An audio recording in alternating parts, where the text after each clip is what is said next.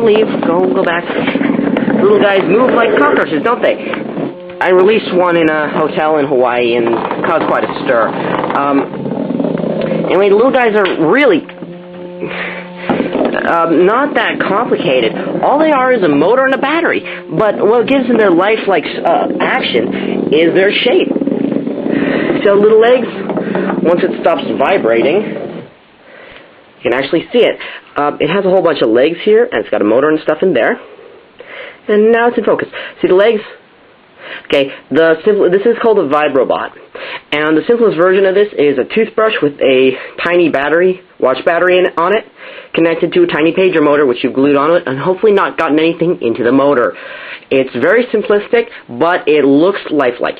And it's one of the more interesting versions of beam robotics that I've seen. The guy who built these, his name is Mark Tilden, and he's designed robots like Robo Sapien and all sorts of little guys like this. He's my inspiration for this whole project. Now, of course, there are several different types of circuits that don't work, but generally it's all the fault of the builder, not the fault of the circuit. As long as the theory is fine, the circuit's fine. Now, the connection between these is form, function, and robotics. So, as you can see with the various types of creatures, the long creature, it has its long neck, which it can use to dart out and grab bigger prey.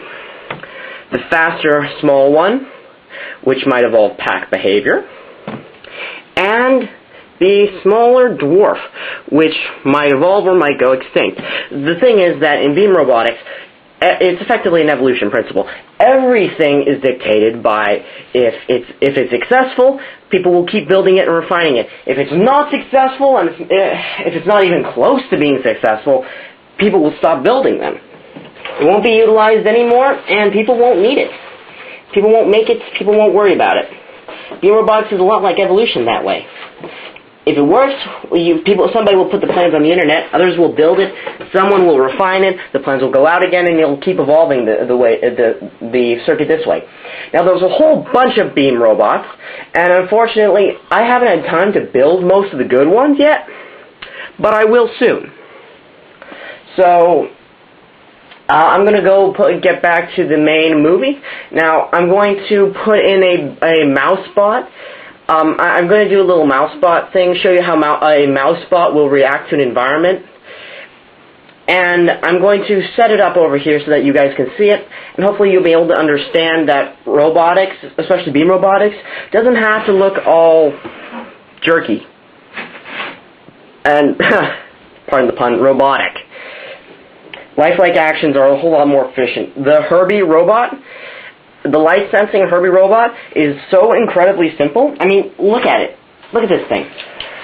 It's got a battery. It's got two motors. It's got a tiny chip, which you don't even need a chip for. It has a transistor, two resistors, a touch sensor up here, in case it goes under something too tall for it.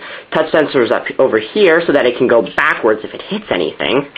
And a little capacitor here in order to control how long it goes backward, because it holds this little transistor open, and that controls how which way the motors are going.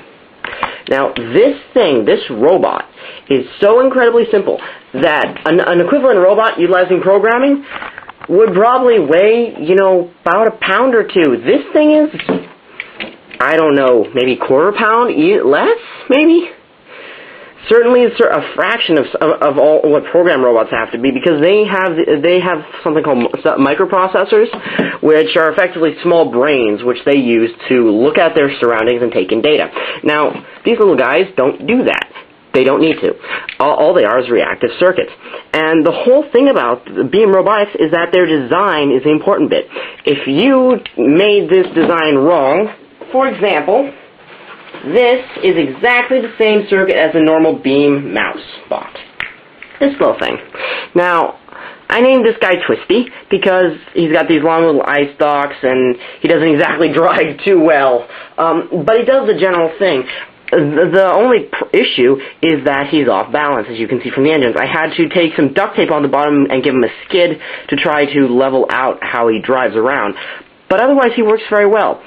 Now, these two little guys are very simple robots, And they're certainly a lot simpler than any programmed robot, because you see all the parts in it. I mean, you could literally take them in your hand and just jumble them.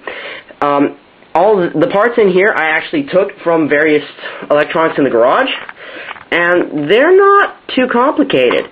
If you look at them not even close, just take a look. You can obviously see a couple motors. There's a capacitor right there. Here's a transistor. I mean, all these are stuff you can get from, old electronics in your house. And I made this guy with those parts. It's very simplistic. Very similar to life.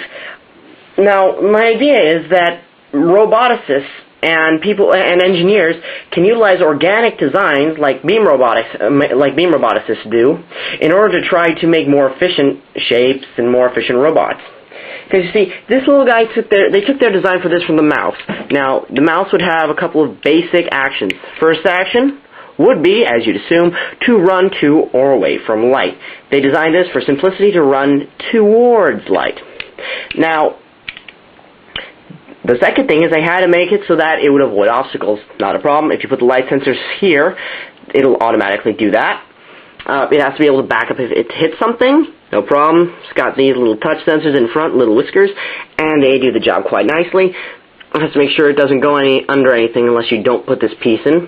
Its little tail up here. If it's touched, here, you can hear for yourself. Can you hear this? Listen. Listen.